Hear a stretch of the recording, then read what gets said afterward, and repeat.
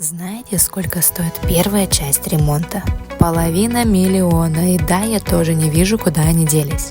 Это видео до, и на первый взгляд кажется, что ничего переделывать не нужно. Но розеток мало, трубы не подведены, и они тоже здесь нужны. И поэтому получается куча разных мелочей, которых на первый взгляд не видно, но чеки за эти мелочи выходят очень большие. Только посмотрите на стоимость одного из них.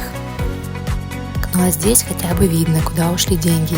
И это только начальный этап. Кажется, на вторую часть нам придется продавать свою почку, чтобы его завершить.